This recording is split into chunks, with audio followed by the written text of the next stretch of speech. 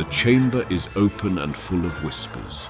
Before we dive in, check the link in the description if you want exclusive timelines, members-only videos you won't find on YouTube, all on our Patreon. The man who had been the dog had spent 12 years in Azkaban and looked every year of it. That time had taken whatever James Potter's best friend must once have been, and Harry could see the architecture of it, the bone structure of someone who had once moved through the world with careless certainty and pressed it down to the essential, the stripped back, the haggard. Dark hair hung in matted ropes. His ministry-issue gray shift had rotted to near rags. His hands were the hands of someone who had spent a long time in cold. His eyes were clear, burning and awake, the eyes of a man who had never stopped thinking. He dropped to one knee in front of Harry, not subservience, something deliberate, lowering himself so he had to look up rather than down. Harry! His voice cracked on the single syllable, the way voices cracked when a name they loved had not been said out loud in a very long time. I'm Sirius Black. I know what you've been told about me. I'm not asking you to believe me yet. A pause. But I am asking for 3 minutes. Harry's wand was already in his hand. He didn't point it. Start talking. Sirius placed his right hand over his heart. Careful, precise, the movement of someone who had rehearsed this and needed it to be right. When he spoke, the words carried the weight of language chosen because it would kill him if they were false. By the bond sworn at your naming, in the presence of your parents' magic, which still lives in your blood, I swear I am innocent of their deaths. If this is a lie, let the bond unmake me. No light show, no theatrical shimmer. What happened was quieter and stranger. The air in Magnolia Crescent went completely still, and something in Harry's chest, not his heart, lower, in the space where the scar's old magic lived, resonated, like a string plucked on an instrument in another room. Not warmth, not cold, just true. He lowered his wand by 2 inches. Dark mark, Harry said. Sirius pushed up his left sleeve. The forearm was pale and thin, and mapped with the fine lines of someone who had spent years pressing bone against stone. Completely unmarked. Harry had seen drawings of the dark mark in his Defense Against the Dark Arts textbooks. The serpent, the skull, the burned-in scar tissue beneath the ink. There was no scar tissue. There was no mark. There was only skin. Third, Harry said. Sirius reached into his shift and produced a roll of parchment, worn to near translucence at its creases. He unrolled it and held it toward Harry. Technical notations in 4 different handwritings, spell construction shorthand that matched the notation style on the Marauders map itself. Harry's gaze moved across the page and stopped. He knew that handwriting. He had it on the back of a photograph, the one Hagrid had given him on his birthday in first year. James Potter's hand, dating the image in the corner, July 1979. That same looping, confident script was here, annotating a ward extension calculation with the casual authority of someone who found this sort of thing obvious. And in another hand, cramped, quick, deliberate, beside a name, Peter Pettigrew, still living, compromised, location unknown, believed transformed. He's alive, Harry said. Not a question. The knowledge arrived flat, the way facts arrived when they were too large to feel immediately. He's been in your friend Ron Weasley's pocket for 10 years, Sirius said. He's the rat. Scabbers. The street was very still. An owl moved somewhere overhead. The Surrey pavement had just become the location of the most important conversation Harry had ever had. He looked at this hollow, burning-eyed, still kneeling man, and found that the arithmetic of his situation had shifted into a different configuration entirely. Right, Harry said. Where are we going? Something moved through Sirius's face, rawer than relief, something that had been waiting behind relief for 12 years. From inside his shift he produced 2 brooms, old Comet 260s, nothing elegant, but sound. He set one against the curb beside Harry's trunk. Shrinking charm, he said, holding out his hand for Harry's wand. I'll power it, you hold the wand. The trace reads the wand holder, not the caster. By the time anyone cross-references an adult magical signature with Azkaban records, we'll be in Scotland. Harry looked at his wand, looked at Sirius, handed it over. The trunk shrank to matchbox size. Harry pocketed it. Sirius returned the wand handle first, with the deliberate care of someone who understood what the gesture meant. They flew north through the orange dark. Below the cloud line, Harry with Hedwig's cage strapped across his back, and the summer air cold at altitude and the city lights spreading beneath them like scattered embers, then falling away as the city fell away and the country opened up, vast and dark, and for the first time in Harry's conscious memory, not confining. He had lived his entire life in enclosures. The cupboard, the Dursleys' house, the Hogwarts dormitory, the expectations of a world that had built mythology around a scar. Up here, at 400 feet, with the wind coming from the north and nothing above him but cloud and stars, there were no walls. He thought this might be what being 13 was supposed to feel like. They landed 4 hours later in a valley of heather and granite. Sirius spoke a word Harry didn't catch, and the air changed, a shimmer, a resolution, and Caromere Lodge materialized from the dark. Long, low, dark stone wrapped in climbing ivy, the Black family crest above the door, windows glowing gold from a warming charm that had clearly been running for years without anyone to notice it, waiting. Inside, bookshelves from floor to ceiling, an antler chandelier, a self-stirring pot in the kitchen, and a bedroom door at the end of a short corridor that Sirius pushed open to reveal one bed, clean pillows, a cedar-scented blanket, and nobody else's belongings. Harry sat on the edge of the bed. "No one else's stuff is in here," he said. Sirius gripped the doorframe. The wood creaked under his hands. He could not speak. There were things Lily would have had words for, James would have had gestures for. Things 12 years in Azkaban had not erased so much as sealed under a pressure that couldn't be safely released in front of a 13-year-old boy who was looking at a room the way people looked at things they hadn't known they were allowed to want.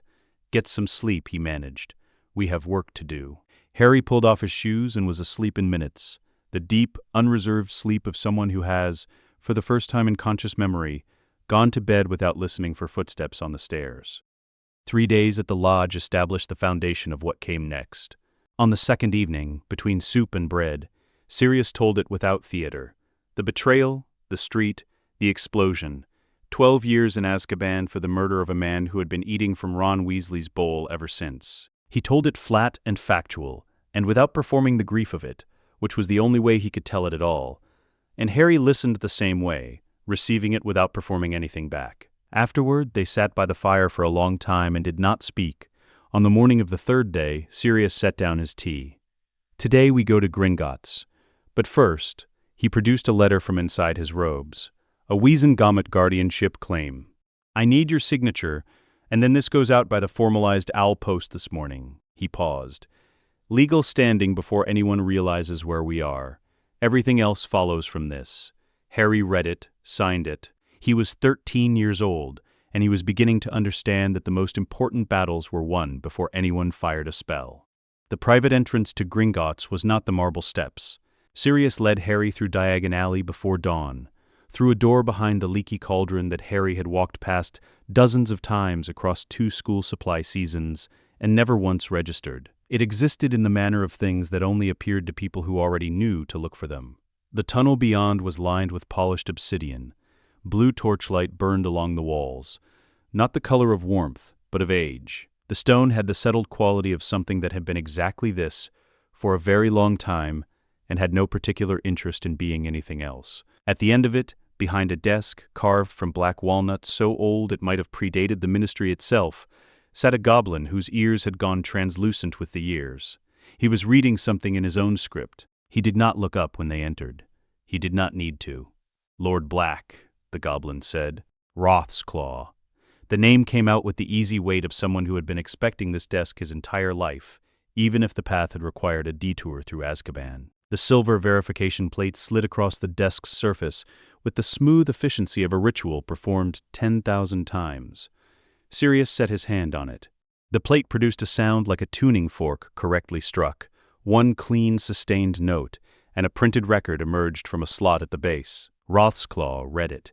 3 deliberate seconds of consideration. "The Ministry has placed a notation on your file, Lord Black." "The Ministry's notation is in the notes field," Sirius said. "My blood is in the identity field. Which field controls vault access?" A pause. Something in Roth's Claw's ancient face moved almost imperceptibly. A private professional satisfaction. "The identity field, Lord Black. As it always has." "Then, I'd like to see my vault." Vault 711 required 4 gates. Blood for the first. a family ward so old it responded to bloodline without ceremony, swinging open the moment Sirius pressed his palm to the silver panel. A spoken word for the second, said quietly that Harry made no attempt to hear, a specific wand movement for the third. The fourth gate was built from a darker metal than the others, older, with the Black family constellation picked out in obsidian across its face. 3 stars, Cygnus, rendered with the precision of something meant to last. Sirius pressed his forehead to the cold metal. Breathed once. "I'm home," he said. The gate opened. Inside, gold stacked in the old way, coins in columns, artifacts in glass cases, documents in sealed rolls climbing the shelves. Harry barely registered any of it. What he saw was the case at the vault's center, glass-fronted, preservation-lit, containing 1 ring, black stone set in silver. 3 stars on the face. Sirius lifted it with both hands. His face went somewhere Harry couldn't follow, into the space where 12 years of prison existed simultaneously with the 12 years before it, where rejecting this family and loving James Potter and swearing at a hospital crib occupied the same territory. Harry said nothing, because there was nothing to say that would improve on what Sirius was already doing, standing between who he had been and who he was now, without flinching from either. He placed the ring on his right hand. The vault's ambient magic shifted. Not dramatically, but the way a room shifted when its owner walked back in after a long absence, a chord finding its correct resolution. "Right," Sirius said. "Steady again. We need to get you some clothes that aren't an embarrassment." The robe-maker on the better-behaved fringe of Nocturne Alley had no visible sign, and required no introduction. She acknowledged Sirius's entrance with a nod that carried 20 years of business history and absolutely no small talk, and moved around Harry in the fitting alcove with instruments that occasionally appeared to be measuring things other than his chest. Sirius explained from the corner chair, cradling tea that had appeared without being requested. Imperial battle robes. Old tradition, not a Death Eater invention, though that lot repurposed everything they could reach. This goes back to the wars before Voldemort. Families sent their members out wearing house enchantments, deflection of minor hexes, temperature regulation, self-repair, and acclaiming enchantment. Anyone reading you with magical sight knows you're not alone. You're protected. You belong to something. Harry stood still while the instruments worked. "I've been in my cousin's cast-offs since before I can remember." "I know," Sirius said. 2 words carrying the full weight of everything he'd spent 3 days not saying about Privet Drive. "We're fixing that." The finished robes were black with silver threading. The Potter crest, a stag rampant on gold, sat on the left breast. On the right, the Black family's 3 stars. Both crests, because Harry was both, Lord Potter by blood, Prince of Shadows by oath. He looked at himself in the fitting mirror and saw, for the first time, someone with somewhere to be. The wand maker was named Marchetti. She had trained under Ollivander and left to work with materials the general market found impractical, and she found the only work worth doing.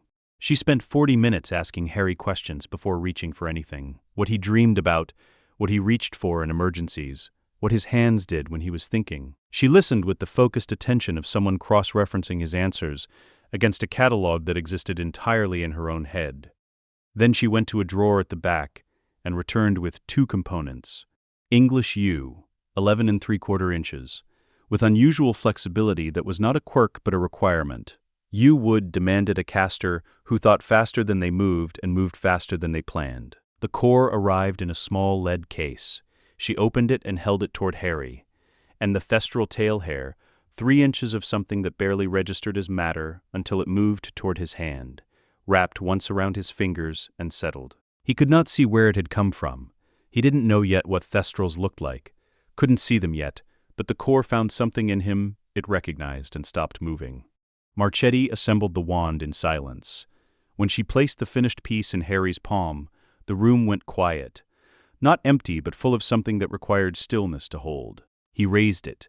A deep resonance spread outward from his hand like the moment before a storm breaks, filling the alcove, filling the air, then settling. Marchetti studied him for a long moment.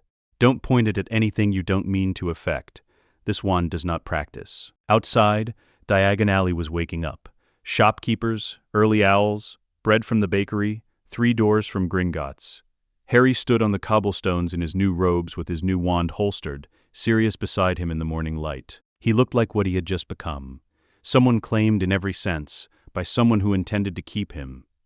3 days later, a ministry owl arrived at Gringotts requesting information about any transactions conducted by Sirius Black. Rothsclaw's response was prompt, written in the formal banking script reserved for matters the institution considered fully settled. Gringotts has no record of any transaction involving the person described by the ministry's notation. Transactions of the House of Black are conducted under established hereditary protocols and are not subject to ministry oversight under the Ragnarok Accords of 1752. Article 7. One sentence. No spell fired, no confrontation. The door the ministry thought it had left open had been shut from the inside. When Harry showed Sirius the copy, he said simply, "Best allies we never deserved." "They didn't do it for us," Harry said. "They did it because the ministry doesn't get to tell them whose blood is whose." "Exactly," Sirius said. "The best kind of ally is the kind whose interests align with yours without you having to ask for it." Harry filed this. Under useful, which was becoming a crowded category. Remus Lupin arrived at Caromere on a Tuesday, on foot from the valley's apparition point, moving with the careful structural economy of someone the world had trained to expect sudden shifts. He stood in the doorway and looked at Sirius. 4 seconds. Whatever passed between them in those 4 seconds needed no translation. "You got out," Remus said. "I got out." A moment, Remus's voice held level by visible effort. "The others. Peter is alive. He's been Scabbers." Remus sat down on the doorstep. Not for effect, his legs made the decision before the rest of him caught up. He sat in the Scottish air and was very still for a long time. Then, "I owe you 11 years of apologies." "You owe me nothing," Sirius said. "You believed what the evidence said. I'd have believed the same. I should have." "Remus," he extended a hand, "help me train Harry to be something Peter didn't prepare for." Remus looked at the hand, took it. He began on a Wednesday at dawn, in the lodge's back garden where heather met a flat expanse of granite that served as a practice ground by default. "Sit still," he said to Harry, who sat cross-legged on the granite with the expression of someone prepared to be unconvinced. "Not meditation. Meditation is inward. I'm teaching you something outward, the capacity to receive information without reacting to it before you've read it.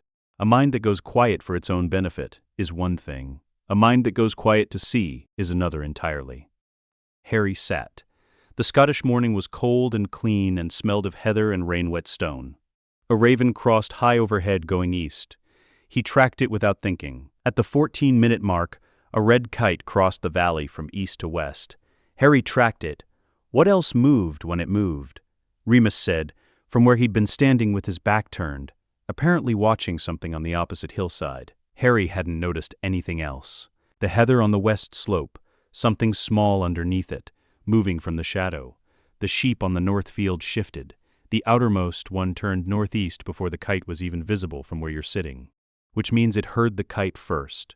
He looked at Harry with an expression that wasn't satisfaction, but was close to it. You don't read the threat. You read what the threat does to everything around it. It was the most useful sentence Harry had encountered in 13 years of life. They did this for 5 days before Remus introduced movement. He had Harry walk the perimeter of the garden while maintaining the outward awareness, receiving the field without narrowing onto any single thing. And it was harder than sitting still. The moment Harry moved, his attention wanted to follow his feet, to focus on where he was going rather than what the environment was doing. Remus stood in the center and watched, and on the 3rd day Harry made a wrong step into the heather and startled a grouse.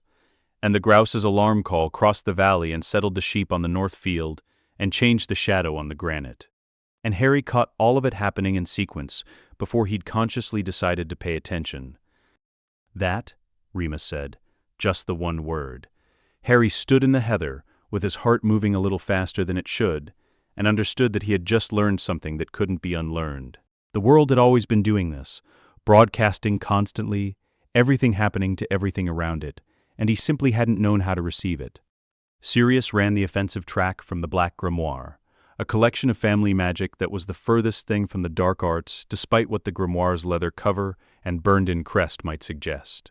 3 skills, taught in sequence.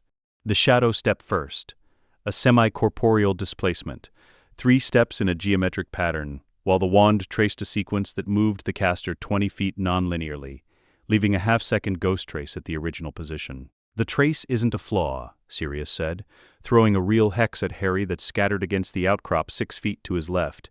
"A targeting spell that hits empty air tells you exactly where it was aimed. That's intelligence." By the end of the first week, Harry was covering 15 feet, and the hexes weren't landing. The Null Ward came next, a personal defensive field that absorbed incoming magic rather than deflecting it, pulling energy from whatever struck it to reinforce its own structure. The ceiling was the caster's concentration. You could absorb as much as you could maintain focus through, and not a fraction more. The moment attention frayed, the field collapsed. Harry held it for 2 seconds on day 1. By day 6, he was at 5 seconds, sweating through his shirt despite the Scottish cold. The difficulty wasn't the casting. The casting was clean by the 3rd attempt. The difficulty was maintaining 2 things simultaneously: the focused intent that held the field in place, and the outward awareness Remus had been building all week. Every time he tried to hold both, one of them slipped. Every time one slipped, the field went. "You're treating them as 2 separate processes," Sirius said, watching him. "They're one process. The awareness feeds the field. Let the awareness be the field." Harry didn't understand this on an intellectual level.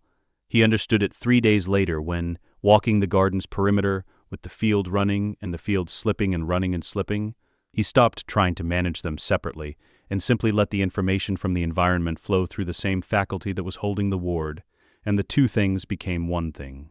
And the field held. 9 seconds on day 12.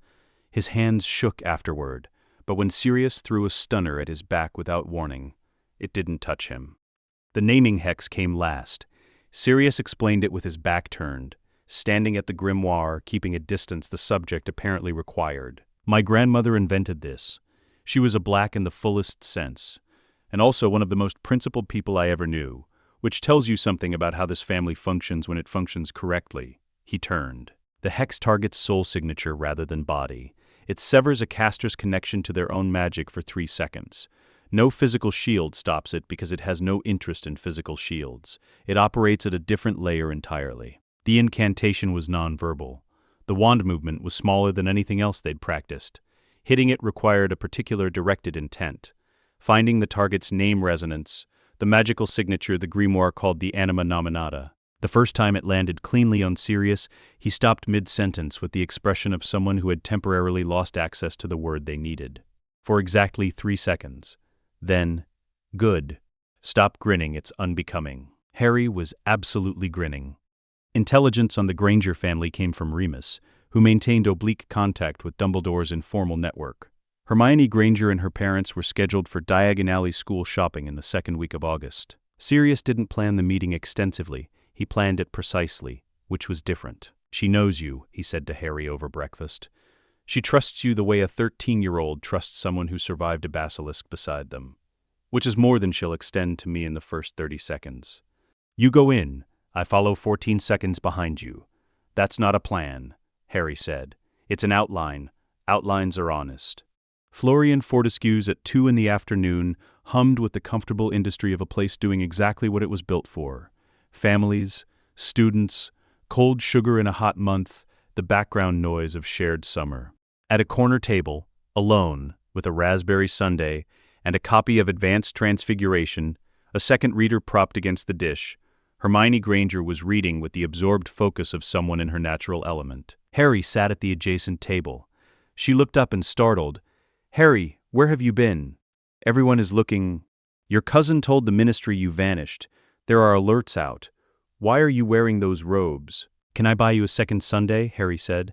"I need to tell you something that's going to sound completely mad, and I'd like you to have ice cream for the explanation." She closed her book. 14 seconds later, Sirius Black walked through the door. Hermione saw him and stood up. She didn't run, didn't scream, didn't reach for her wand in the first second, which was the calculation Sirius had made and the threshold she had already passed. Her eyes moved in rapid sequence. Sirius, Harry, the 2 exits, Sirius's holstered wand, not reached for, Harry's face, calm, monitoring.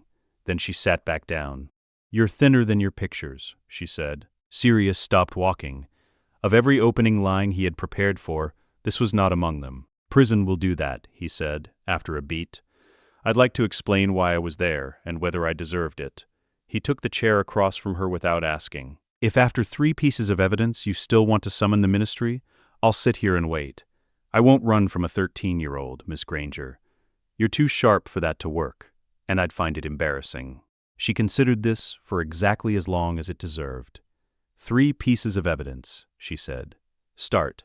The declaration oath she watched with scientific precision, tracking his hand placement, his stillness, the physiological shift that moved through him when the words left him. Not nervousness, something deeper, the bodily change of a man invoking magic that would kill him if he lied.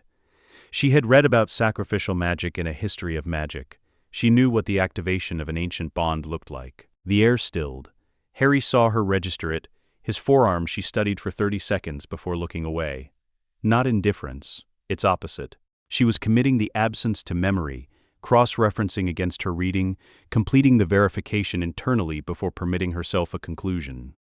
The map construction page she held by its edge, parsing its structure first the way she approached anything potentially significant. When she reached the handwriting in the corner, James Potter's annotation, the same hand Harry recognized from the inscription on the back of a first-year photograph. Her eyes stopped moving for a moment. She set the page down.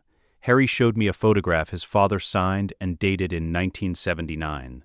The handwriting matches. The ink oxidation on this page is consistent with parchment approximately 40 years old.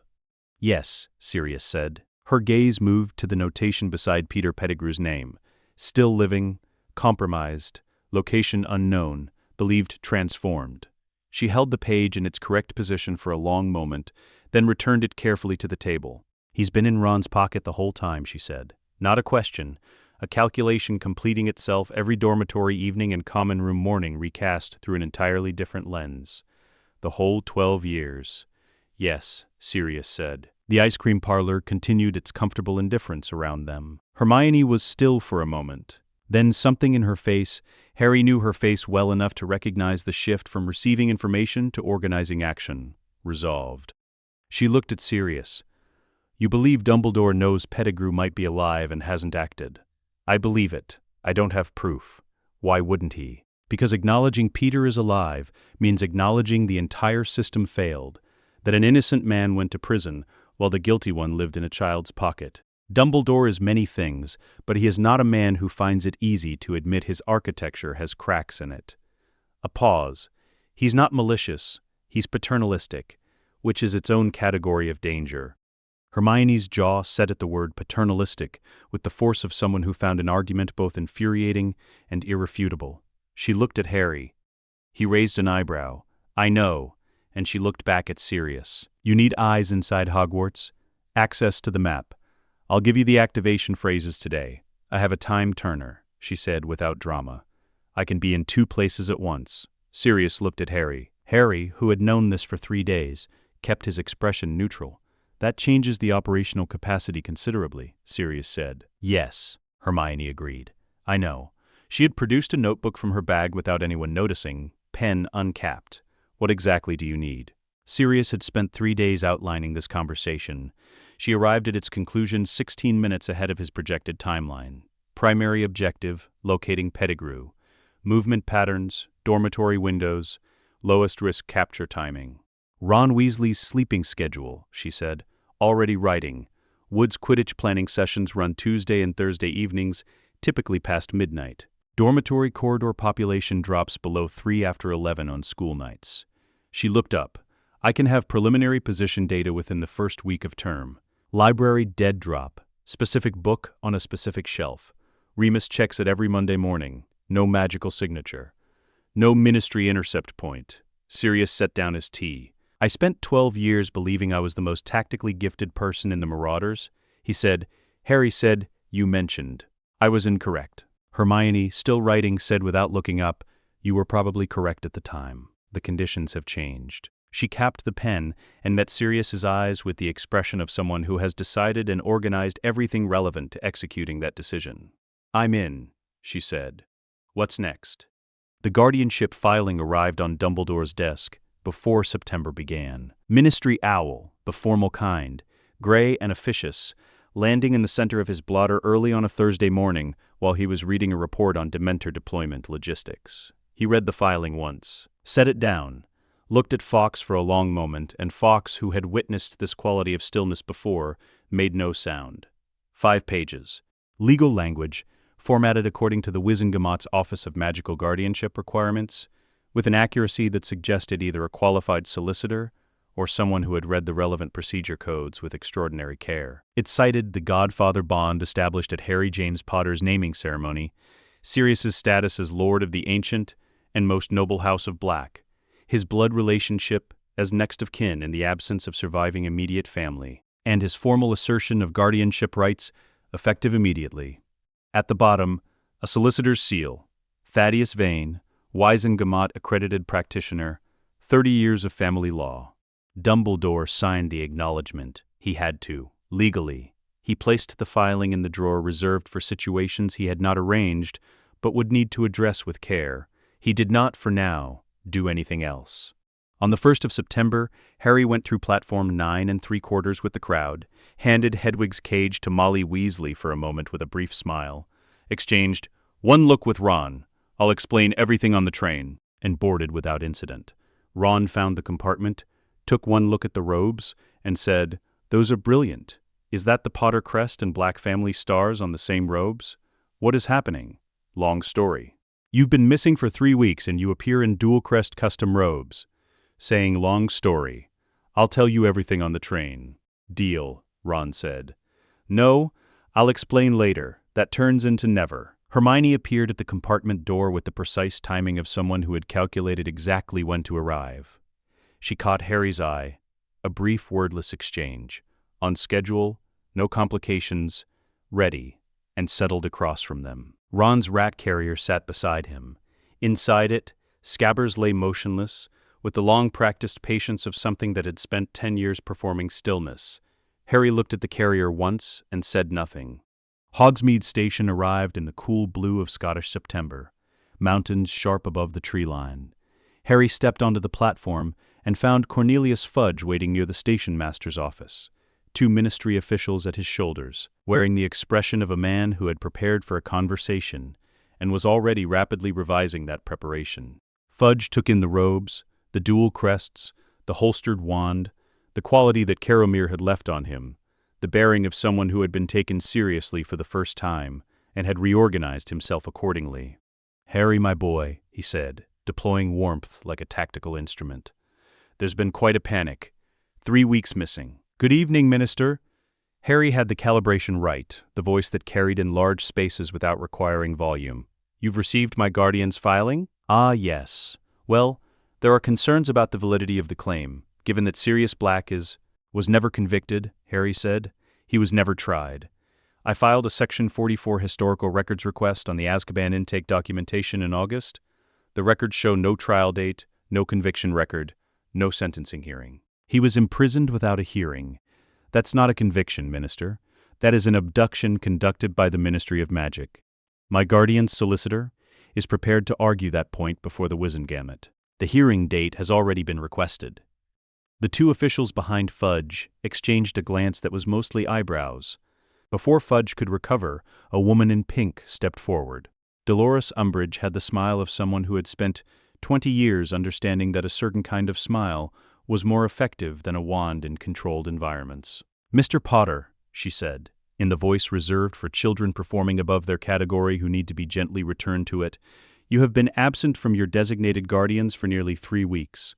The Ministry takes a very serious view." "You're Dolores Umbridge," Harry said, Senior Undersecretary to the Minister. "You have no authority over my education, my guardianship arrangements, or my legal status. That authority sits with the Wizengamot, and the Wizengamot has my guardian's filing on record. I read the Ministry organizational structure documents. They're publicly available if you know which office holds them." Umbridge's smile held exactly where it was. Behind it, something shifted, a person identifying a threat they hadn't categorized as one. "Enjoy Hogwarts," Harry said, and moved toward the carriages. He went in through the passage behind the one-eyed witch statue on the 3rd floor.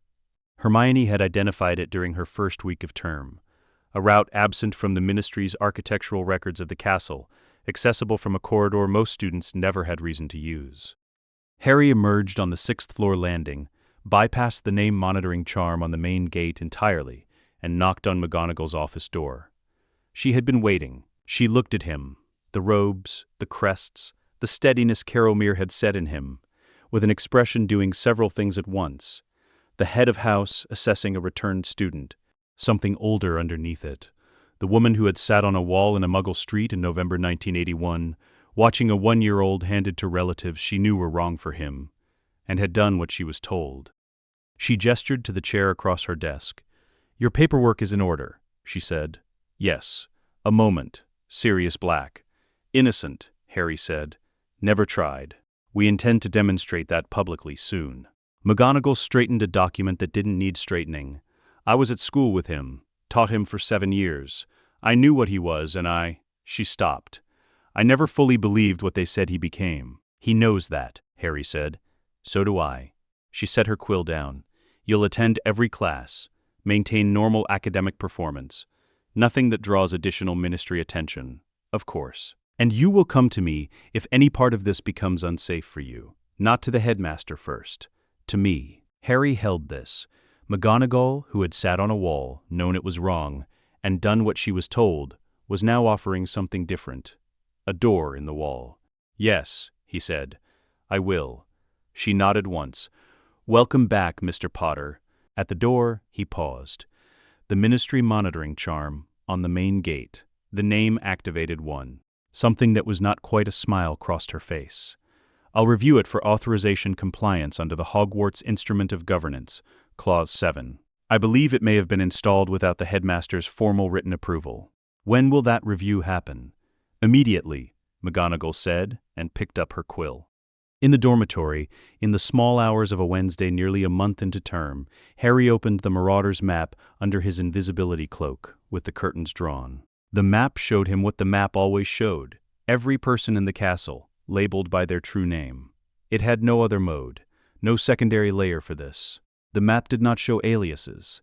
The map did not read what you were pretending to be. He found the Gryffindor second-year dormitory section, moved his gaze to the windowsill. The label there did not say Scabbers. It said Peter Pettigrew. One small dot, motionless on a windowsill in a school where Harry's best friend slept. The whole time, the entire decade since Godric's Hollow, every ordinary morning and quiet evening and family Christmas. This. Harry became aware that his jaw was very tight. He made a deliberate decision to release it. "There you are," he said, very quietly, to the dot that couldn't hear him. "We'll talk soon." Hermione's notes arrived folded inside a library return exactly as planned. 4 pages of precise, organized text. Peter Pettigrew presenting his Scabbers. Movement analysis. First weeks of term. Primary location.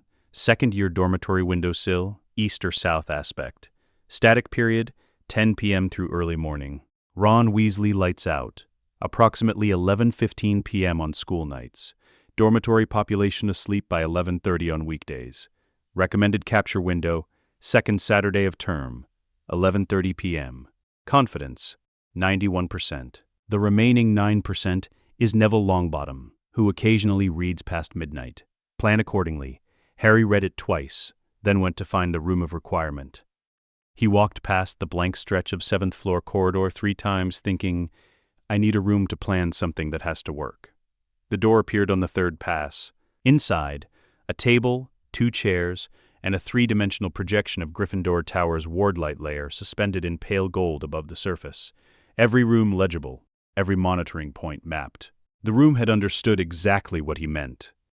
They rehearsed the capture sequence 13 times in that room. Harry enters under the cloak, nonverbal silencing charm established before he clears the doorframe. Hermione follows through the emergency stairwell 12 seconds later. Hermione fires the animagus reversal. Not a hex, but the removal of the pathway that made transformation available to the caster's will. Like closing a door from the outside, Harry fires the full-body bind the moment the reversal completes. Critical window, 1.5 seconds. Peter Pettigrew becoming human, registering the environment, beginning to process it. The bind must land before processing can become action. First rehearsal. Harry landed it in 2.3 seconds. 7th, 1.4. 12th, 1.1. Consistently inside the window with enough margin that the margin felt real rather than theoretical. What Hermione had not disclosed until the night before, She had spent 2 weeks developing a modification that held the reversal effect for 72 hours, not just forcing the transformation back, preventing the pathway from being accessible again, like a door with no handle on the inside. Peter Pettigrew would not be able to become a rat for 3 days. 3 days was longer than the Wizengamot needed. The dormitory was exactly as the map said it would be. 4 people breathing with the depth of sleep, and 1 breathing with the faster, shallower rhythm of something that was not sleeping, because something that was not sleeping did not need to. Harry moved to the center of the room. Nonverbal, silencio. The charm sealed into the walls and floor, and the room became its own private world, cut off from everything beyond this moment.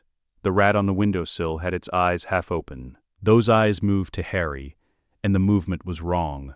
Not the slow, uncertain tracking of a woken animal, but fast and directed, reading him, not processing the room, not registering the unfamiliar, recognizing him, specifically, calculating. Peter Pettigrew had spent 10 years being very good at seeming like just a rat, and for the first time in 10 years, the performance wasn't holding.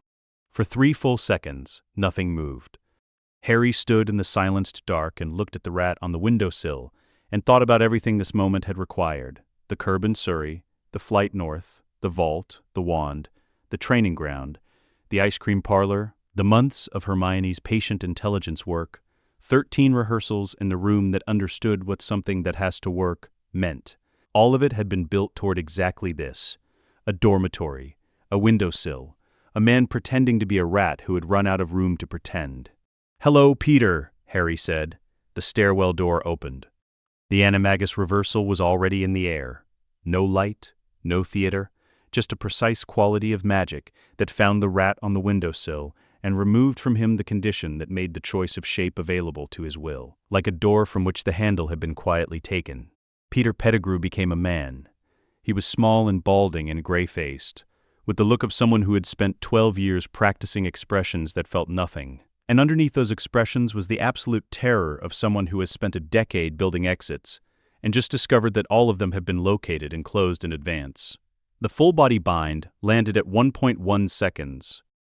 Peter Pettigrew hit the dormitory floor with the stillness of someone whose body had become entirely unavailable to them. His eyes were the only things that could still move, tracking between Harry and Hermione and back to Harry, with the rapid calculating motion of someone still searching for the door that wasn't there, still running the numbers, still looking. There was no door.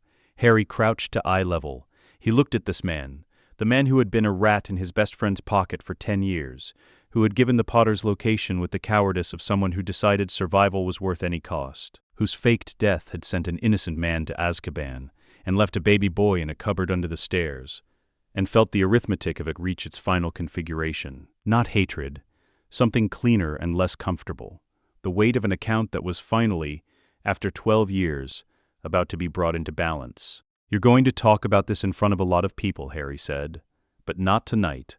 Tonight you stay exactly where you are." Cornelius Fudge was nursing tea at the staff table on Saturday morning when the great hall doors opened. He was present for a quarterly Dementor deployment inspection, the formal kind, minister level, and was midway through a quiet exchange with Dumbledore when the noise of 200 students at breakfast ran down like a clock unwinding, table by table, as people turned and stopped knowing what to say.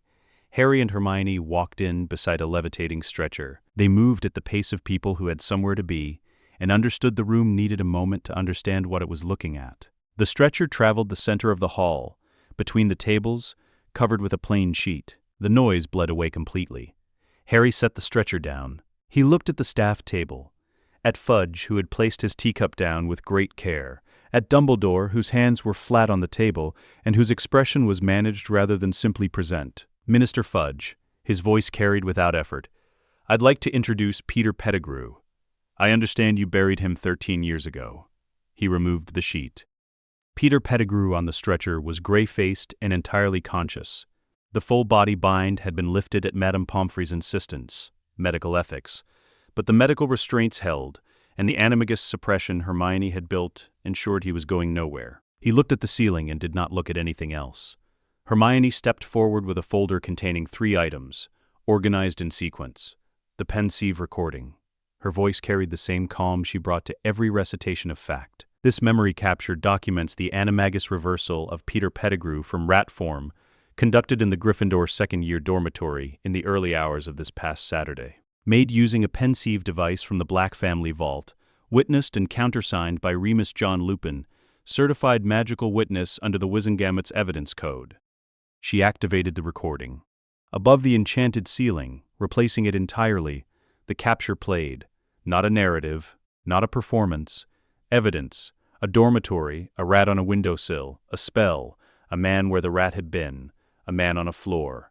47 seconds. No commentary. 400 students watched Peter Pettigrew transform from a rat into a person. The second document, a parchment printed with the animagus reversal's magical trace, confirming the forced reversal of an unregistered animagus transformation and identifying the subject's magical signature as matching ministry records for Peter Pettigrew, presumed deceased in the autumn of 1981. The third, Remus Lupin's witness statement, given under formal oath, signed with the Black family signet ring. Complete chain of custody. Hermione closed the folder, looked at Fudge. 3 independent evidence streams, Harry said. Visual record, magical signature verification, sworn witness testimony, all 3 identify the same individual. All 3 confirm that individual is Peter Pettigrew. He held Fudge's gaze with the patience of someone who had already arrived at the conclusion and was waiting for the other party to find it. Sirius Black was imprisoned for the murder of Peter Pettigrew. Peter Pettigrew is alive. My guardian was never tried, never convicted, never given the right to speak on his own behalf. What is the ministry going to do about that? The great hall held its breath. Fudge computed the available positions and found only one that didn't end his career before noon. I will personally ensure this matter is reviewed by the Wizengamot at the earliest possible. My guardian's solicitor has already requested the date. It's in the filing you received in late August. I believe that constitutes the earliest possible opportunity. Fred Weasley made a sound at the Gryffindor table. George put a hand on his arm. The sound stopped, but only technically. Agreed, Fudge said. One more item, Minister. My guardian would like his formal innocence declaration in writing under Section 78B of the Wizengamot Procedures Act.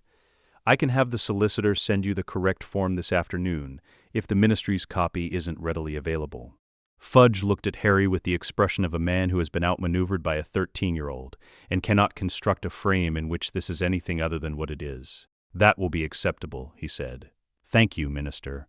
Harry looked at the hall, at the 400 students who had just watched a man materialize from a rat and 11 years of official record collapse in 47 seconds of Pensivo footage. I apologize for the interruption to breakfast. I thought this should happen in public, so there's no question later about what the evidence showed or who was in the room when it did. At the doors, he stopped. Ron Weasley was staring at the stretcher with the face of someone working through several things at once.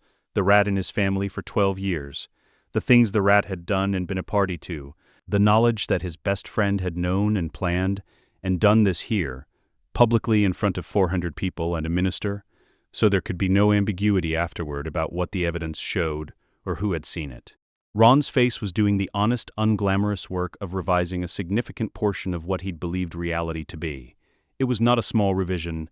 It was being done without flinching, which said something about him that Harry had known for 3 years, and was glad again to know. Harry met his eyes. I'll explain everything. Ron nodded, the nod of someone who trusted the explanation would be complete and was prepared to wait for it. Not rushing, not demanding. Just when you're ready. Harry went through the doors. 3 days later, in a Wizengamot session that opened at 10 and adjourned before noon, Sirius Black was formally declared innocent of all charges. Peter Pettigrew, who confessed under Veritaserum in 16 minutes, the efficiency of a man who had run entirely out of exit strategies, was remanded for sentencing. The Dementor deployment at Hogwarts was reduced to the outer perimeter. Sirius's letter arrived that same evening. I'm free. I'm actually free. Thank you. P.S. Hermione's evidence document organization was the finest legal work I've seen since my grandfather's estate settlement, and that cost 300 galleons. Tell her I said so, Harry told her. She was quiet for 4 seconds. I know. A pause. Tell him his estimate of my value is still below market. Sirius Black walked into the Wizengamot and took the seat that had been empty for 12 years. He sat without ceremony, without announcement, and felt the chamber's visible arithmetic begin. The House of Black's weighted vote had not been exercised since the autumn of 1981. In the intervening years, votes that had been close had perhaps been close only because that weight was absent. Several people in the chamber were now, very quietly, doing the same arithmetic. His first motion was procedural, a review of the Board of Governors, the body overseeing Hogwarts, which had come through a difficult period and was, under the board's own charter language, overdue for an institutional audit. The most recent review had been years prior. The motion cited Section 19 of the board's founding charter. Clean, defensible, procedural. Lucius Malfoy, who held a board seat, raised an objection and then discovered he could not frame it in procedural terms, because objecting to a procedural motion without procedural grounds was essentially announcing yourself as the thing the motion was designed to find. The motion is procedural, Sirius said. Opposition to a procedural motion requires citing procedural grounds. The chair will note that none have been offered. The motion passed. What the audit revealed over 6 weeks: funding arrangements that transformed ministry departmental appointments into privately underwritten positions. Financial instruments connecting the Malfoy charitable structure to Azkaban's administrative budget, and advisory access provisions that had given Lucius Malfoy informal consultative standing on Dementor deployment decisions during a specific 2-year window. During that window, one prisoner's Dementor exposure had been disproportionate to their classification. Sirius read this disclosure at his desk at Grimmauld Place and said nothing to anyone for 2 days, because some things deserved to be felt fully before being filed. On the 3rd day, he filed it. Lucius Malfoy resigned from the Board of Governors before the 4th disclosure entered the public record, citing a wish to devote more time to family affairs. The resignation was accepted within the hour. Sirius's letter to Harry that evening he kept the family affairs framing. He's very good, but he's also gone, and the record has his name in ink that doesn't wash out. We don't need to destroy people. We need the record to tell the truth. The truth does the rest. Dolores Umbridge filed an internal ministry memo in late September, circulating it through channels she trusted, arguing that Harry Potter was being improperly influenced by a biased guardian, and proposing that ministry oversight be reasserted over his education and welfare. She sent it to 3 senior officials she had cultivated over years. She trusted her network. Hermione found it in October while researching ministry correspondence protocols for a formal Dementor complaint. Buried in the procedural documentation, last meaningfully updated in 1932, was a disclosure requirement. Internal memos from senior undersecretary staff concerning Wizengamot seat holders or their wards were subject to mandatory disclosure to the Wizengamot's own registry. The provision had never been enforced. No one had known to invoke it. Hermione invoked it. The memo arrived on Sirius's desk 3 days later, stamped with the disclosure reference number. He spent an evening with Remus going through 73 pages of Hermione's documentation of Umbridge's departmental history, cross-referenced against the Beings and Beings Equivalent Fair Treatment Act of 1967, which Hermione had apparently read in full and annotated for violations, and they filed a formal complaint with the Ethics Committee on 11 of the 14 documented cases. The other 3 they kept in reserve. The Ethics Committee review, conducted in November, ended with Umbridge transferred to a special advisory position carrying no operational authority, pending an open-ended review. She kept her title, her salary, her office. The ministry moved too slowly for swift removals, and she had too many accumulated protections. But the instruments she had spent 20 years building were dormant. When Harry received the news, he read it by the common room fire and said, "She'll come back." "Yes," Hermione said, "but we know her playbook. The next time she moves, the 1978 amendment and 11 documented cases are already in the record." He folded the letter. "The record tells the truth does the rest." Ron beside them watched the fire. He was starting to understand that the war Harry was fighting looked almost nothing like what people expected a war to look like, that the most important battles happened in committee rooms and archive drawers and filing offices at Ministry of Magic, and that this was exactly the point. Harry's name came out of the Goblet of Fire on Halloween, and he did not look surprised. He looked across the great hall at Hermione the instant Dumbledore finished reading it, and what passed between them in that half-second was not alarm, but calibration, confirmation that the contingency they had prepared for had arrived on schedule. Hermione was already writing. Harry was already counting. Sirius had found the provision in October, working through the tournament's original charter from the late 13th century.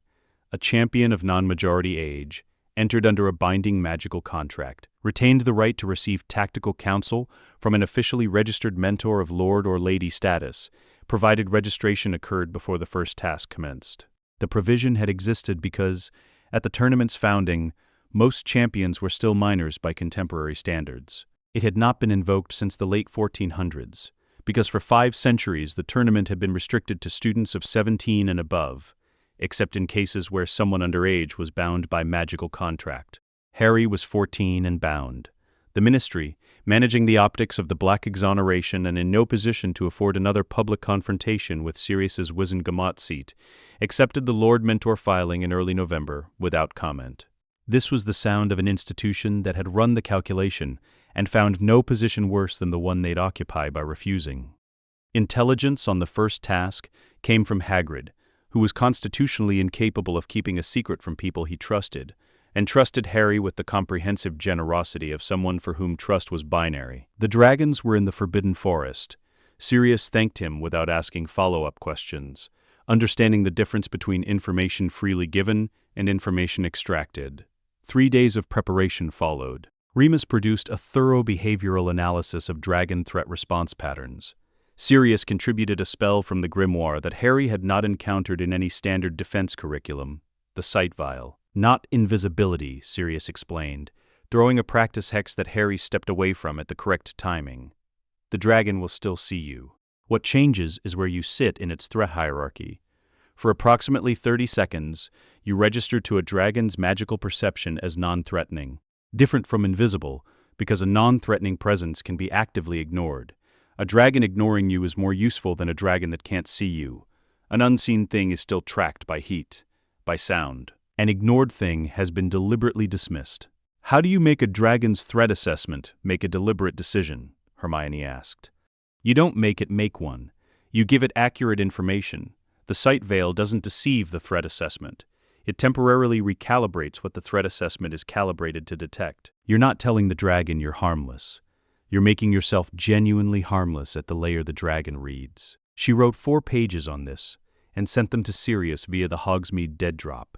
He sent back 1 line. Grandmother would have liked you enormously. Consider this a warning.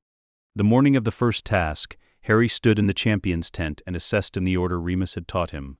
Terrain, target, threat, tool, open arena, stone floor, no natural cover, a golden egg and a nest at the far end, inside the horntail's chain radius. A nesting female Hungarian horntail, chain range 40 feet, flame range 30 beyond that, whose primary threat response was continuous tracking of the most active presence, while managing secondary threats with periodic attention. He drew the horntail miniature from the bag. It reared on its hind legs with the indignant fury of something miniaturized against its will. Right, he said to it. Same time as everyone else. He cast the sight vial non-verbally in the tunnel, before walking out, holding the calibration steady with the focused endurance the Null Ward training had developed. The horntail tracked the entrance when Harry emerged. Then, as the sight vial reached the dragon's threat perception layer, the tracking softened, the way attention softened when it moved from something requiring monitoring to something that didn't. Harry moved left, parallel to the nest, staying outside the optimal chain radius, movement slow and non-linear. The horntail's head followed for 4 seconds, then returned to the nest. He cast the summoning charm at 30 feet. His broom cleared the arena wall in under 2 seconds. On it in 4. The horntail's head swung back at the broom's movement, correctly identifying it as a fast, large threat, and Harry, now behind the dragon's primary focus, covered the distance to the nest in 11 seconds. He picked up the egg. Wide arc, altitude above the chain range. He landed in the tunnel. Total time, 4 minutes and 11 seconds. In the recovery area, Cedric Diggory found him first. Not to compete, but with the direct curiosity of someone who had watched something he wanted to understand. Sight Vial, Harry said.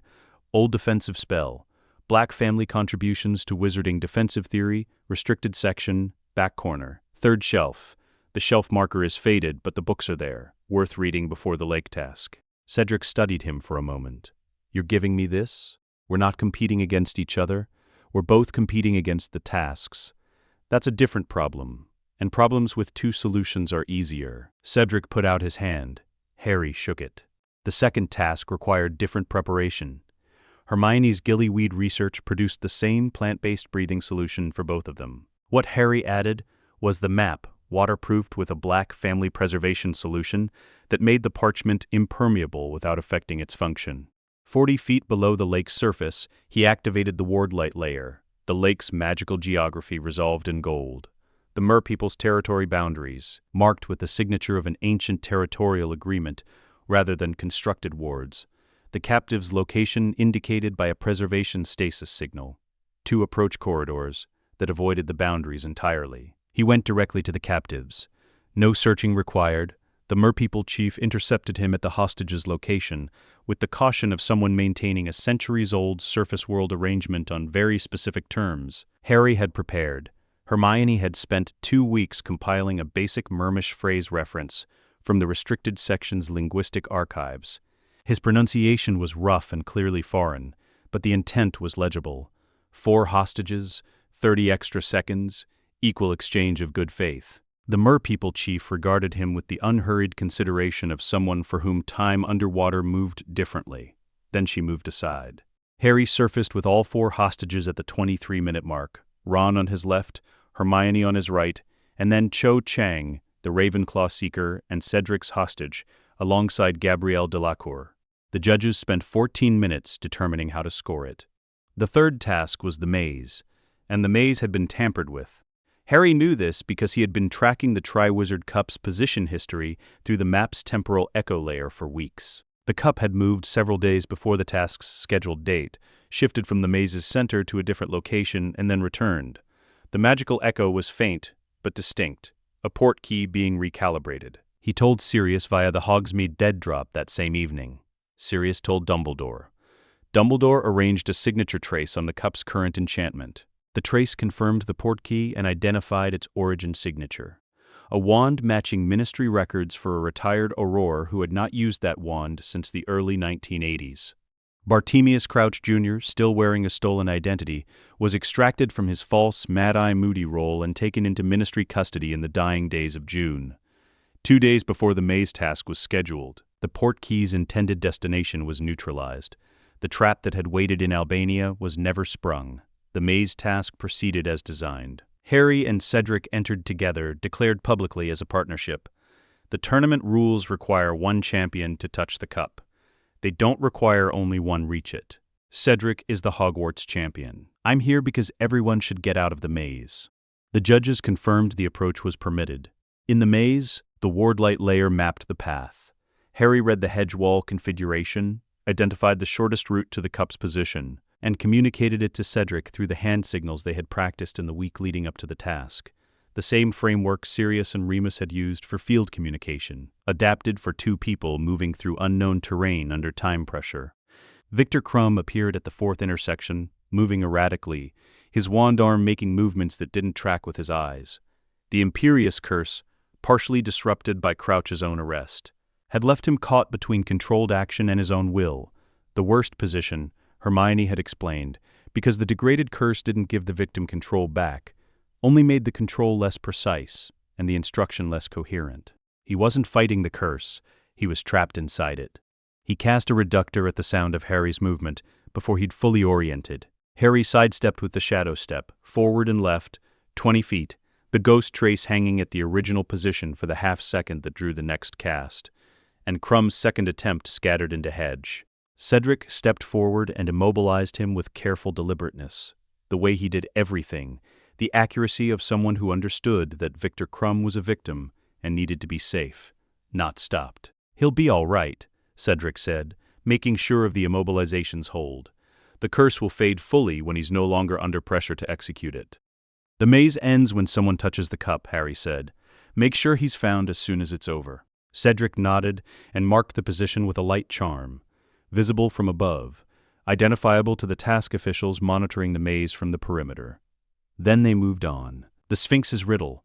3 weeks of Hermione's ancient riddle research had it answered before the Sphinx finished asking. The Sphinx, who had presumably held this position through 4 previous Triwizard tournaments and had opinions about champions who solved riddles at speed, let them pass with the expression of someone whose job had just been made anticlimactic. They reached the cup with time to spare, in a maze that had not broken either of them. "You touch it," Harry said. "You got us here. You're the Hogwarts champion," Harry said. "This is your tournament. Touch the cup, Cedric." Cedric Diggory touched the Triwizard Cup. The crowd erupted with the sound of people who had watched something complicated resolved into something clean and deserved.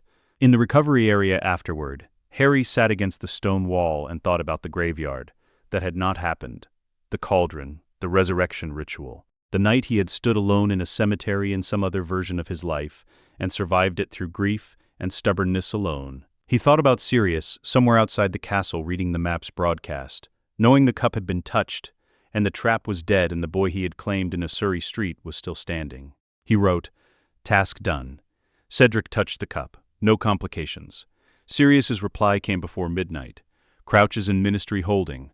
Riddle stays in Albania. Come home at Christmas.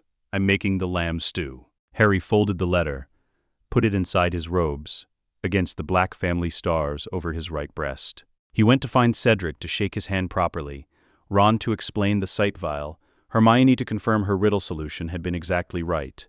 The night was cold and clear, and entirely present.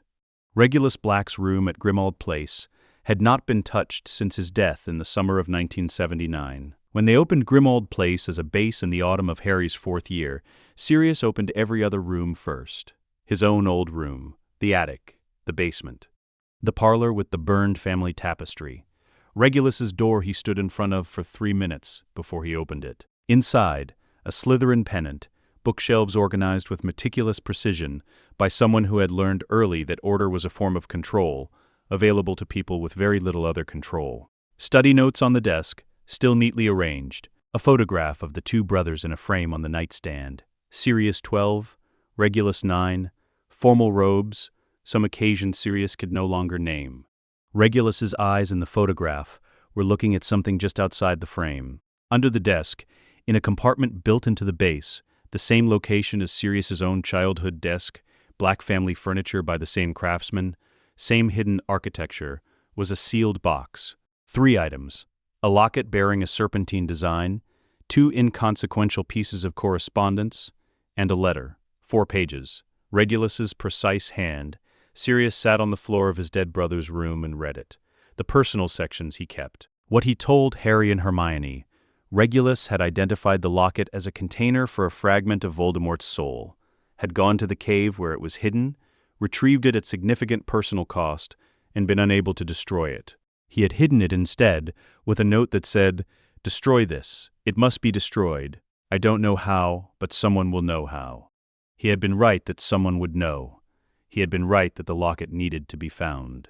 He had been 21 years old, working alone, with no Sirius to tell and no Remus to consult, and no Hermione to research the mechanism. And he had still gotten further than anyone else had. "Your brother was brave," Hermione said. Sirius held the locket for a long moment. This small, serpentine, deeply wrong thing that his younger brother had walked into a cave to retrieve on his own, for the sole reason that he had decided it needed to be done. He was 21. He figured it out alone, and walked into a cave alone, and died before he could do anything with it, except hide it somewhere someone might eventually find it. He turned the locket over in his hands. He left a note to no one in particular, trusting that someone, eventually, would be the right someone. He set the locket on the kitchen table. "Right," he said. "We need to go to a cave." The cave was on the Cornish coast, identified through the letter with enough detail to make the transfer possible. Sea cliff access, tidal approach, the entrance concealed below the water line at high tide, and visible for 4 hours at low. Sirius and Dumbledore went together. To open it, Dumbledore cut his palm against the dark rock of the cliff face and pressed it flat. He held it there without comment, and bound his hand afterward with a spare handkerchief. A fissure appeared in the otherwise smooth stone. They entered. Hermione had spent 3 months on the Inferius problem. The creatures were animated dark matter, disrupted by warmth and light. The standard response, point cast fire, worked but forced the caster to manage individual targets while surrounded, with any retreat running through the creatures rather than away from them. She had developed a different approach, a sustained ambient heat dome, a shaped magical temperature filling a 30-foot radius with enough warmth to disrupt inferi animation without requiring individual targeting. Omnidirectional, maintenance cast by 2 casters working in coordination. She had tested it in the Room of Requirement over 4 weeks. Sirius and Dumbledore had confirmed it in Grimmauld Place's back garden. It worked. In the cave, when the inferi rose from the lake's surface, the dome went up before they cleared the water.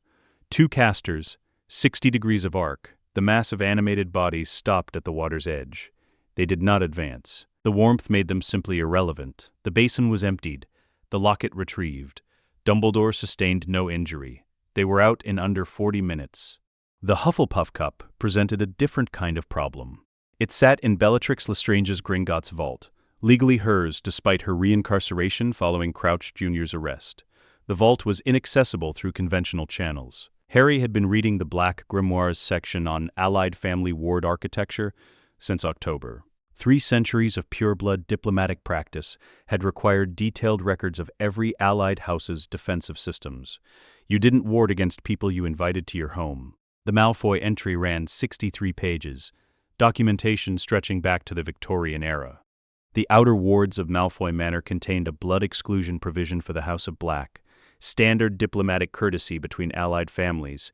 It had never been removed because no one in the current Malfoy line had known it was there. Sirius could walk through the Malfoy outer wards without triggering a single alarm. The Watcher creature guarding the vault room's anteroom was the only substantive obstacle. Its soul signature was sufficiently analogous to a human magical identity for the naming hex to work. The operation ran on a Tuesday evening. Hermione monitored from a hill 3 miles east, with the map's wardlight layer running via a relay anchor Remus had planted at the manor's north tree line the week before. Harry held position on a broom above the grounds, invisible under the cloak, with an extraction line ready. Sirius passed through 3 outer defensive rings without resistance. The Watcher went still for 30 seconds under the naming hex. In those 30 seconds, a delayed countercharm Sirius had set on the vault room's doorframe neutralized the curse locks. He was inside for 41 seconds. He repaired the Watcher on his way out, reset the curse triggers using the Grimoire's documentation of Bellatrix's preferred charm work. The room looked entirely undisturbed. He was clear of the outer wards in 4 minutes and 11 seconds. 4:11 again, Harry said from above. I'm aware. It's the natural rhythm of your operational tempo, Harry said, descending. Dad's Auror training notes described the same pattern. It's calibrated to the standard pursuit response window. Sirius looked at him. You found my Auror training notes. I organized Vault 711 last summer. You knew that. I did not anticipate you reading the operational tempo analysis. Everything is relevant, Harry said. He mounted the second broom. Ready? Sirius felt the Hufflepuff cup sitting wrong against his ribs, the specific wrongness of a container holding something that should not be contained. Ready, he said. The locket and the cup were destroyed at Caromere over 2 consecutive nights. The Sword of Gryffindor came from the sorting hat in Dumbledore's study on the morning of the first night, drawn by Sirius rather than Harry. He had proposed it. Dumbledore had agreed. The prophecy says Harry has the power to defeat Voldemort, Sirius had said weeks earlier. It doesn't say he has to do every dangerous thing personally. He's 15. I'm available. Dumbledore had looked at him for a long moment. You've been thinking about this since 1993. I've been thinking about it since I watched a 13-year-old do better tactical planning than I did at 25, Sirius said. He doesn't need to be a weapon. He needs to be the person who wins. Those are different things. The sword destroyed the locket's Horcrux component in one clean motion. The locket screamed in the way Horcruxes screamed, not with sound, but with the magical collapse of something that had been a fragment of a living soul, and was now simply not. Then it was just a locket, old, well-made, empty. The cup went the same way the following night. Sirius cleaned the sword and held it for a moment, feeling the weight of it. Goblin-made, basilisk venom impregnated, designed exactly for this, and returned it to the hat. 4 down, Hermione said at the kitchen table, updating the destruction ledger. She looked at Harry. Najee and the one in your scar remain. Harry nodded. I know. We'll deal with that, Sirius said. His voice was entirely level. That is not a problem without a solution. It is a problem whose solution we haven't found yet. Those are categorically different. Harry looked at him. Rule 5. Rule 5 exists precisely for this. You are not a sacrifice, and you are not a strategy, Harry recited. A pause. Do you believe it? Sirius asked. Harry was quiet for a moment. Yes, he said. I do. The fire in Caromir's kitchen burned steadily. Outside, Scottish winter pressed against the windows, and the stars were very clear, and the heather lay flat under frost. The ledger showed 4 Horcruxes destroyed. Cedric Diggory was alive. The graveyard had never happened. The ground was different from what it had been. They would keep making it different. Snape came to Grimmauld Place on a Tuesday in November of Harry's 6th year. He came through the front door unannounced, a man whose internal calculation had reached a conclusion he hadn't expected to reach, and who had acted on it before the acting could become a deliberate decision. Sirius, who answered the door, stood in the entrance hall and looked at him. 12 years of history in that doorway, not resolved. Present, Severus, Sirius said. Black, a pause that cost something. May I come in? Not a question. He said it as a statement because Snape did not ask questions he didn't already know the answer to, and he knew that Sirius would open the door. Sirius opened the door. In the kitchen, with Remus present and Harry and Hermione called down from the study where they had been working on the diadem's theoretical location, Snape presented what he had. Voldemort's position in Albania, his physical state, still without a body, still rebuilding from the failure of the Triwizard Trap. The nature of the ritual he was constructing.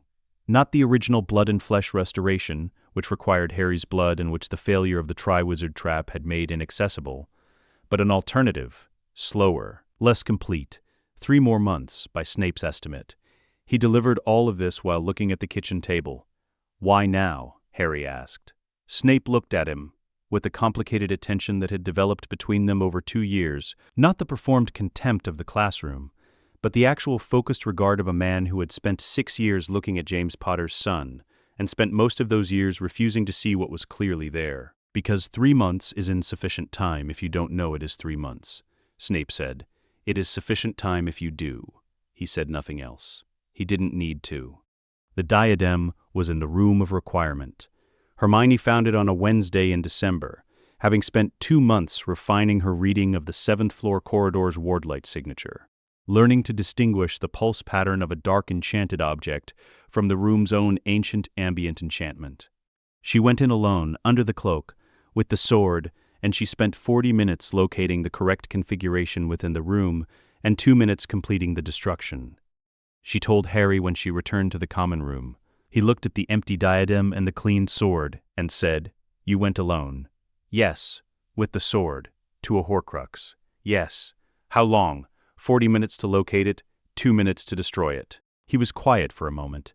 Then he looked at the wardlight reading she'd used to identify the diadem, identified 2 refinements that would have cut the search time considerably, and wrote them in the margin of her notes. She read them and wrote a counterpoint below. They did not discuss the going alone. Some things were filed rather than argued. 5 Horcruxes destroyed. Nagini and the fragment in Harry's scar remained. The soul fragment extraction required 3 months of preparation and 3 sessions to complete. Dumbledore presented the theoretical framework on an October evening in Grimmauld Place's kitchen. The procedure derived from the Fidelis Animi oath structure, the same metaphysical layer as the declaration oath that had first proven Sirius's innocence to Harry on a Surrey curb 3 years prior. A soul fragment attached without deliberate intent was mechanically distinct from a freely constructed Horcrux. It had no anchor of will, which made it both more delicate and more susceptible to deliberate, careful separation. Snape and Hermione spent 6 weeks arguing about the precise mechanics and correspondence before arriving at a shared framework from which a procedure could actually be designed. The procedure required Harry's full cooperation, complete trust, and considerable discomfort. When Dumbledore finished presenting it, Harry asked, "Does it hurt?" "Yes," Dumbledore said. "Then start when you're ready." Sirius's hand on Harry's shoulder once, brief, hard, before they began, saying what it always said, "I'm here. You're not alone. This is not a thing you are doing by yourself." What followed was 3 months of precise, methodical work. The sessions were conducted in Grimmauld Place's library, Snape and Hermione present for the technical elements, Sirius and Remus outside the door because there was a line between being present and being in the way, and they understood which side of it they needed to be on. Harry described it afterward in minimal terms because the interior of it resisted easy translation. The closest he got: you know how when you've been carrying something heavy for a long time, you stop noticing the weight because your body adjusts to it. And then you put it down and suddenly you realize how heavy it was because you can feel the absence of it? He had been looking at the floor when he said this. It's like that. But the thing you've been carrying isn't something you ever chose to carry. When it was complete and the diagnostic had confirmed the fragment's absence, he sat for a long moment in silence. Then he touched the lightning bolt scar on his forehead. It's just a scar, he said, with the quiet wonder of someone encountering an ordinary thing for the first time. It always was, Sirius said. Just a scar. Voldemort came to Hogwarts on a March night in Harry's 7th year. Not as a surprise. Snape's intelligence, running through the final weeks of his infiltration, with the discipline of someone who had been investing in the timeliness of this specific information for 2 years, gave them 6 hours. 6 hours in which Hogwarts was not taken by surprise. 6 hours in which a castle that had stood for 1,000 years was given enough time to be fully, deliberately itself. Hermione had mapped the ward architecture in its entirety during Year 5, a document identifying every foundational layer, every pressure point, every passage that could be sealed or redirected. Harry had understood the terrain the way he understood every terrain he'd ever been required to navigate.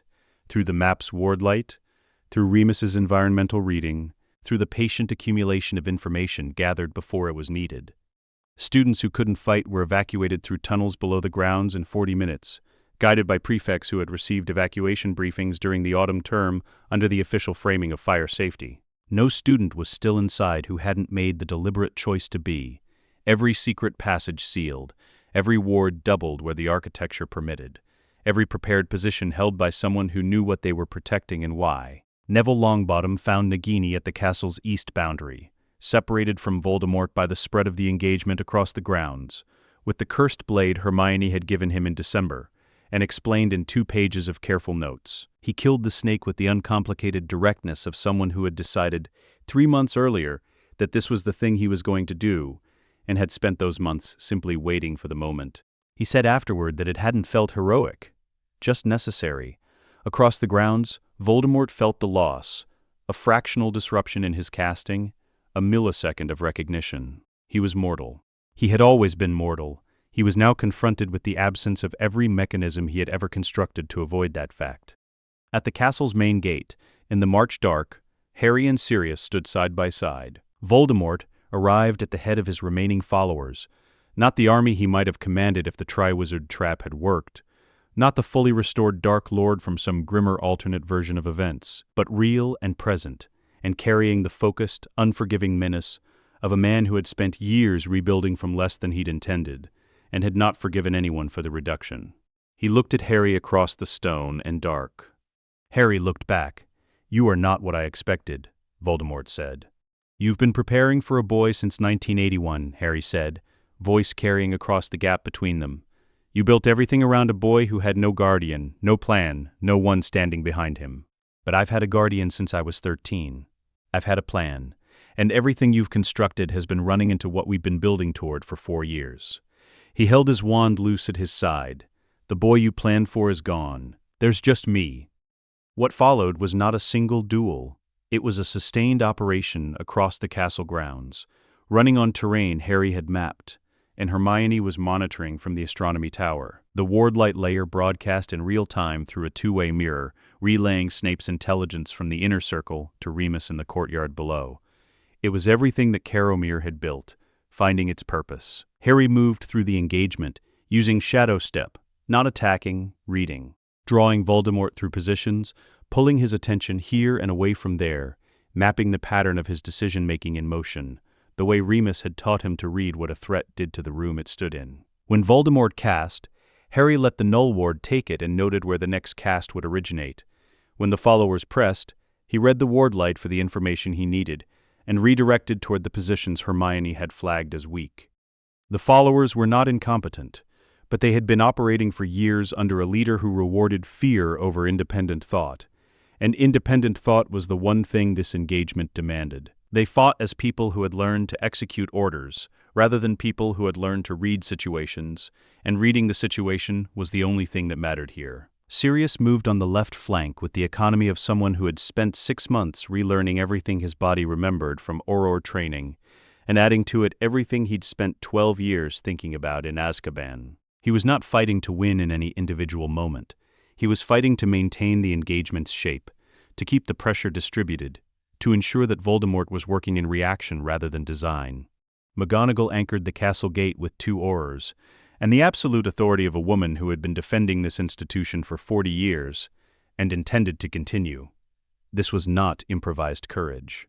This was 4 years of preparation becoming 4 years of consequence, arriving all at once. And when Neville's action registered through Voldemort's awareness, when the last Horcrux died and the certainty of his own mortality arrived in full, Harry fired the anime severance, a small wand movement, no incantation, nothing visible.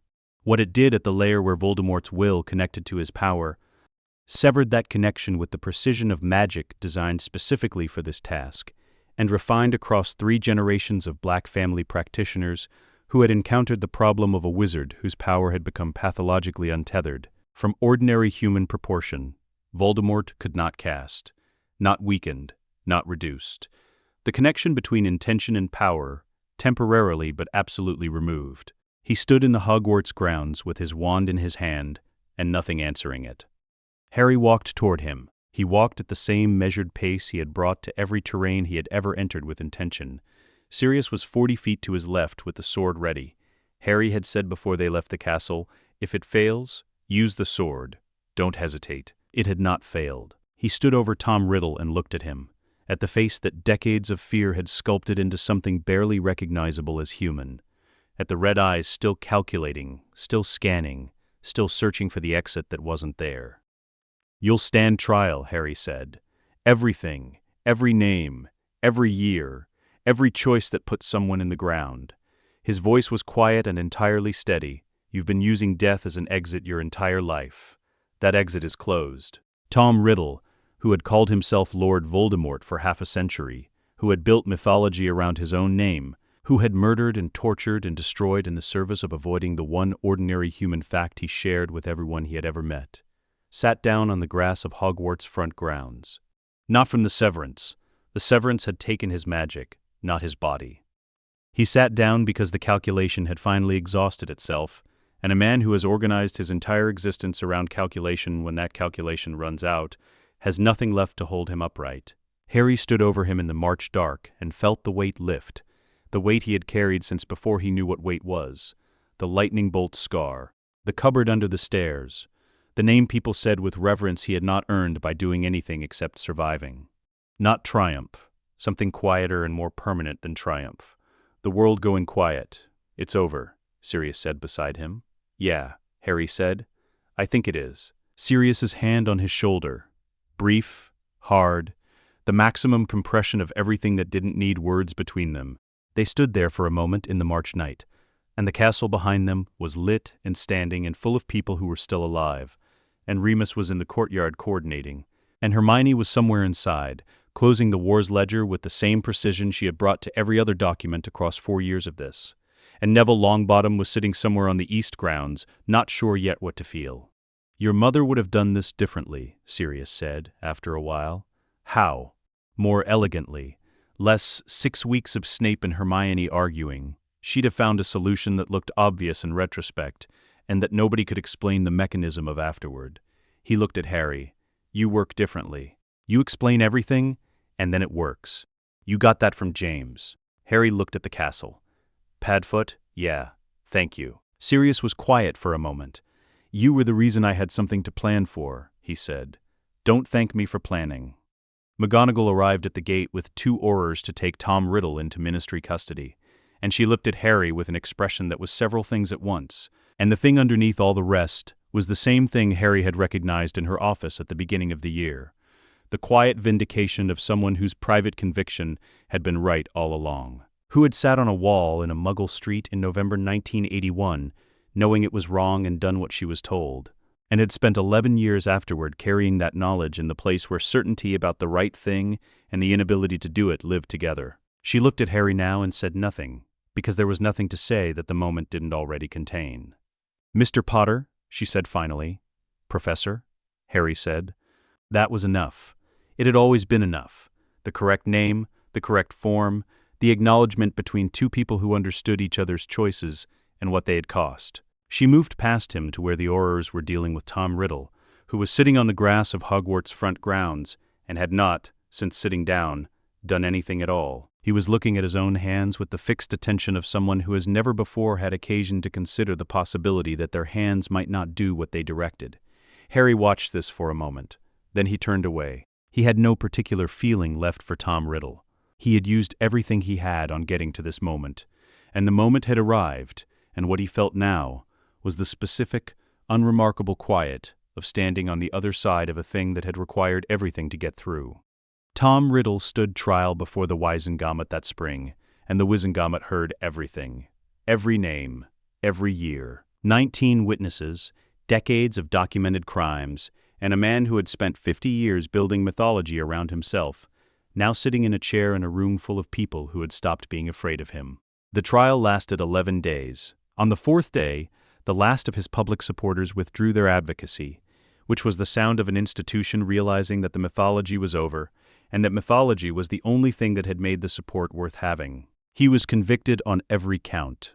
Harry spoke at the sentencing hearing, not as a lord, not as a symbol. He had not taken the Potter's seat, had filed no claim on the Wizengamot chamber, had no intention of spending his life in the political machinery Sirius was building. He spoke as himself. What he did was real. The people it cost deserved better. I want him to serve a sentence that acknowledges what it actually cost. I don't want anything else for him.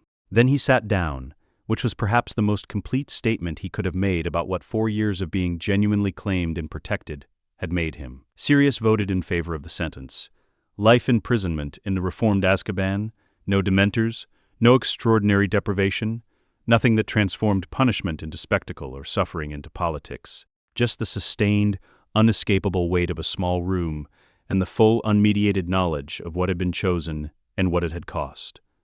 Afterward, in a stone corridor outside the Wizengamot chamber, Harry found Sirius leaning against the wall, looking at nothing in particular. "The Werewolf Protection Act," Sirius said, without turning. "I want to file it this session. Remus will write it with you." "I know." He finally looked at Harry. "There's a lot more to do." "I know. There should be a formal role for you that doesn't require you to be the person who does the dangerous thing, because no one else has been prepared." "Sirius? I'm serious." "You're always serious," Harry said. Sirius's face did the thing it did when he was losing a fight with a laugh, a thing that had taken a full year after Azkaban to come back and had not been absent since. He lost it, and the laugh filled the corridor, and it was the real one, the one that had lived in this man through 12 years of Dementors, and had survived everything they'd done to it. Harry watched him laugh and thought about the night in August 4 years ago when a dog had crossed a Surrey street toward a boy sitting on a curb with no plan and no one.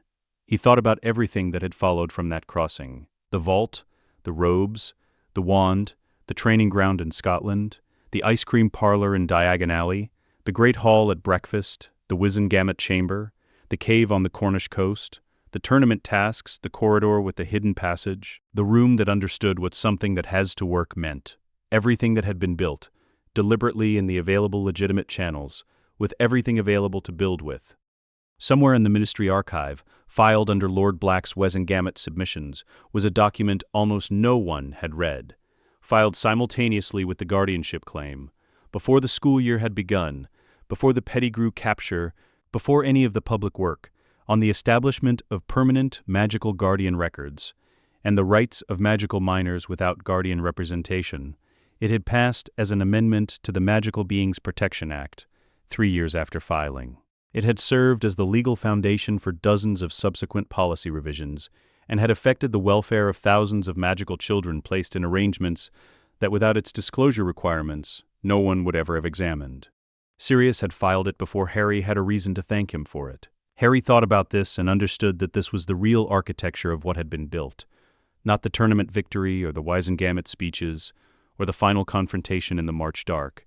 Those were the visible moments. The architecture was the patient, invisible, documented, legitimate accumulation of a record that told the truth. That had been the design from the beginning, That was what this man had crossed a Surrey Street to build. "Let's go home," Harry said. Sirius pushed off the wall. The signet ring caught the corridor light. 3 stars, Cygnus, worn with the ease of something finally in the right place for the first time since the night someone put it there, and the night it needed to go away, were both far behind him now. They walked through the ministry's marble atrium, past the fountain of magical brethren that someone had finally rebuilt correctly, all figures at equal height, facing outward instead of inward, and through the gilded fireplaces, and out into the afternoon through the visitor's entrance telephone box that emerged onto the London pavement with its ordinary, unremarkable magic. The city was entirely indifferent to them, which was the right response. A man in his late 30s, in robes that carried old magic, and a young man in black with dual crests and the posture of someone who had, over 4 years, learned to inhabit his own space. They stepped onto the pavement, and the city moved around them the way the city moved around everyone, without special accommodation, without ceremony. People with somewhere to be, the smell of rain on stone from a shower that had passed an hour ago, the diesel hum of a passing bus, the specific London light of an afternoon that had decided it was going to be ordinary and was keeping its commitment. Harry looked up at the sky, which was the faded blue of early evening coming on, and thought about the first time he'd seen the sky from altitude, Surrey falling away below, the country opening up, the sense of enclosure dissolving. He had not known then what that night would cost, and cost again, and build again, across 4 years. He had not known that the dog crossing the street was crossing toward him, because someone had spent 3 days figuring out how to cross it correctly. He knew now. He looked at Sirius beside him, who was watching a pigeon navigate the pavement with the fond attention of someone for whom pigeons had, for 12 years, been the entire available category of living creature, and was now finding them impossible not to appreciate. "The Werewolf Protection Act," Harry said. "You said Remus would write it with me. He will. But I want to read the draft." Sirius glanced at him. "Why?" "Because I want to understand how it's built. I want to be able to talk about it to people who don't know why it matters yet."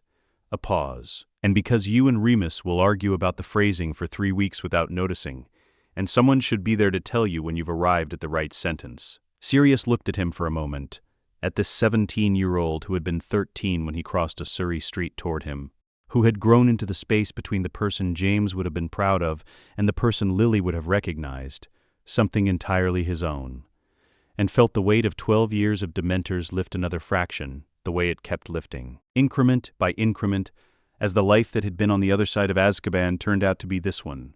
"All right," Sirius said. "You can read the draft." They walked. The city moved around them in its ordinary, indifferent, entirely vital way. The work of the world was continuing, unheroic and necessary, in every direction. Somewhere in the ministry archive, the record was already telling the truth, the way it had been telling the truth since a solicitor's seal had appeared at the bottom of a guardianship filing in late August, 4 years ago, before anything else had been built. The record told the truth.